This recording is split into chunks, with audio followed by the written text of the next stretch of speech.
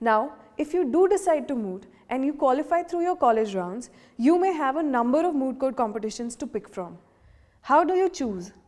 Some of the things to keep in mind while deciding which moot to do are: first, what is the subject matter of the moot? There are moots on criminal law, international law, environmental law, labor law, and so on. You may decide to choose a moot based on your preference of an area or your willingness to learn about a particular area of law. Moots are a good way to learn about an area of law you don't know about, so don't restrict yourself to your comfort zone. Another thing to keep in mind is where the moot is being held. An Indian moot may be very different to an international moot, where you may get the experience of more than one kind of argument making. Even among domestic moots, some are more realistic than others. Some are known to be law heavy and others to be principle heavy. If you're keen to argue a particular kind of problem, then keep this in mind. The host institution of the moot will also tell you something about the background of the judges that the moot organizers will call, which is important for your overall experience of the moot. Finally, please be careful about choosing moots based on reputation or by any standard hierarchy.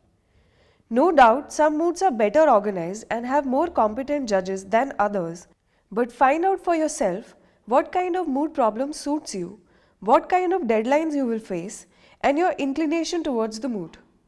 It is very important that you enjoy the process.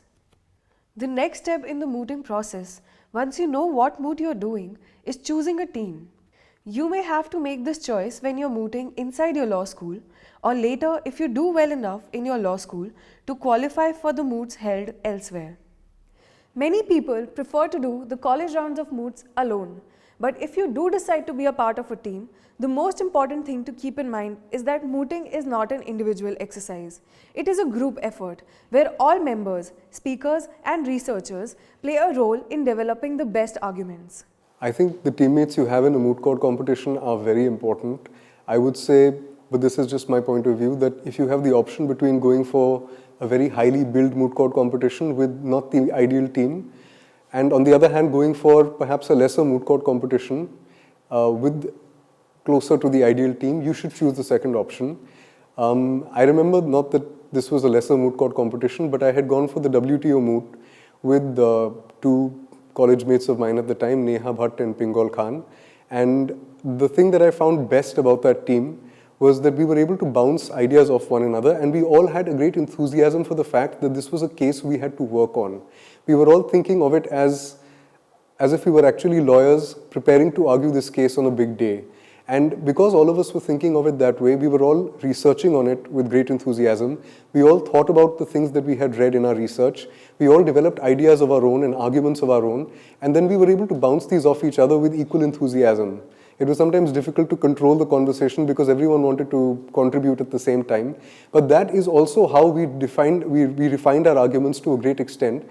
And we did I think, quite well at that competition. And I think in no small part because of the teammates that I had. So to have teammates who have the same enthusiasm for the case as you do, and who think of the case as an actual project, as if it were really a case that they're going to argue, and who enjoy developing their ideas and bouncing them off one another, I think that is imperative. So, it is important to get along well with the people you're mooting with, and to have people on your team who complement your style of thinking. So, for example, if you like constructing arguments based on the black letter of the law, it is important to have someone in your team who can argue clearly on the basis of first principles thinking. Similarly, if you are prone to get drawn into factual debates, it is important to team up with someone who keeps the legal framework in mind. You will have to think honestly about your strengths and weaknesses and find someone who complements them. So if you're someone who's a little aggressive with your ideas, it may help to have someone who is a little bit open to ideas and willing to take a step back and accommodate your point of view more than perhaps the average person would be. So in that sense, perhaps compatibility matters. But I think in terms of competence at the actual performance in a competition, it's important that each member of the team be completely competent independently. And finally, the last step in the process before the moot begins, and once your team is identified, is to read up on the basics of the area of law on which your problem is going to be based. Having clear fundamentals is very important. And given that mooting is always beset with deadlines and short timelines, use the time before the moot problem releases wisely. You could, for example, read up the introductory chapters in the primary commentaries or treaties in that area of law, or do a thorough read of the major statutes in question.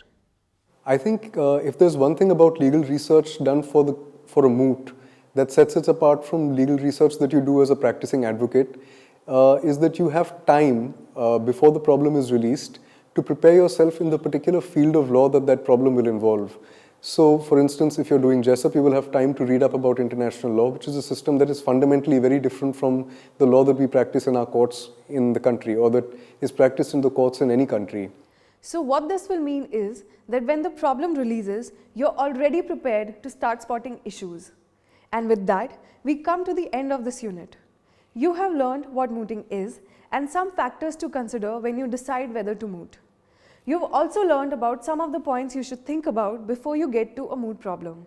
Thanks for watching.